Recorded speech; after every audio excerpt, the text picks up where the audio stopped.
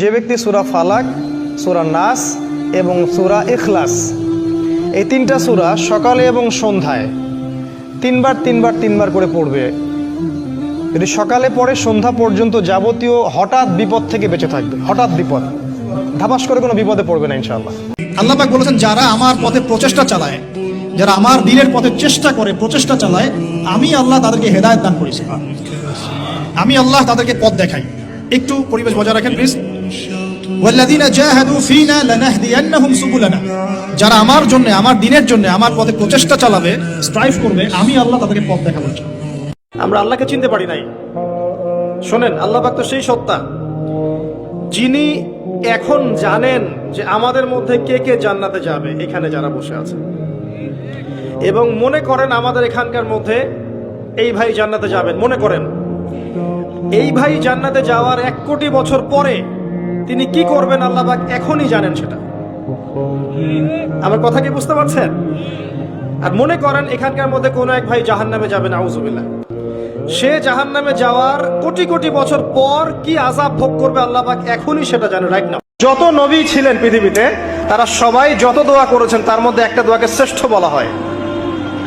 শিখিয়ে দেব কোনটা? সেটা হলো লা ইলাহা ইল্লাল্লাহ ওয়াহদাহু লা শারীকা লাহ লাহুল মুলক ওয়া লাহুল হামদ ওয়া হুয়া আলা কুল্লি শাইইন কাদির। এই দোয়াটা দিনে যে ব্যক্তি 100 বার পড়বে, দিনে যে ব্যক্তি 100 বার পড়বে, ওই দিন আল্লাহর লিস্টে ওই ব্যক্তি ছাড়া বেশি আমলকারী কেউ হতে পারবে না। 2 মিনিটে আপনি একটা কোরআন খতমের নেকি পাবেন ইনশাআল্লাহ।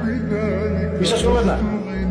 2 মিনিট লাগবে খালি বলতে কুল হুয়াল্লাহু আহাদ আল্লাহুস সামাদ লাম ইয়ালিদ ওয়া লাম ইউলাদ ওয়া লাম ইয়াকুল লাহু কুফুয়ান আহাদ। 3 বার বলতে কয় মিনিট লাগবে? বড় জোর 2 মিনিট। 2 মিনিটে 3 বার পড়া সম্ভব। সূরা ইখলাস একবার পড়বেন, কোরআনের 1/3 নেকি পেয়ে যাবেন। যত বেশি কোরআন তেলাওয়াত করবেন আপনার জীবনে তত বরকত আসবে, আপনি তত কম অসুস্থ হবেন ইনশাআল্লাহ, আপনার পরিবারে বরকত আসবে, রিজিকে বরকত আসবে।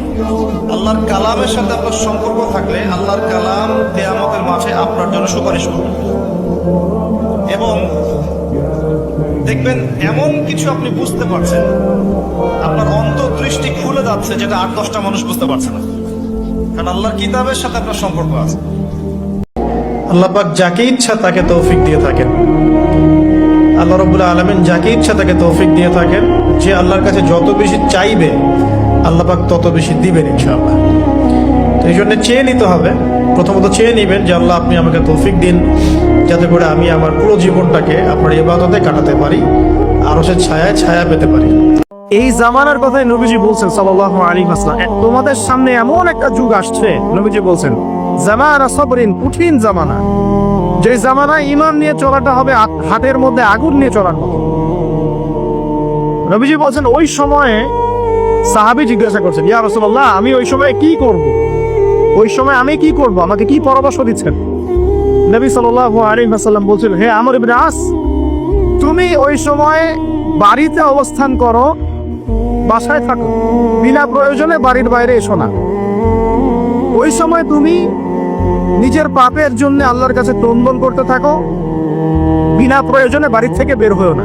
ওজুর পানি মুছে ফেলবেন। রাসূল সাল্লাল্লাহু আলাইহি ওয়াসাল্লাম যখন ওযু করতেন, ওনার গায়ের পানিগুলো সাহাবায়ে কেরাম নিয়ে মুখে হাতে সারা শরীরে ঢেলে দিতেন, আর রাসূল সাল্লাল্লাহু আলাইহি ওয়াসাল্লাম মুছতেন না, কারণ যতক্ষণ থাকে ততক্ষণ গুনাহ ঝরে না। শেষ ফোঁটাটা যখন পড়ে যায়, রাসূল বলছেন, মুসলিম শরীফের বর্ণনা, শেষ গুনাহটা পানির সাথে ঝরে যায়।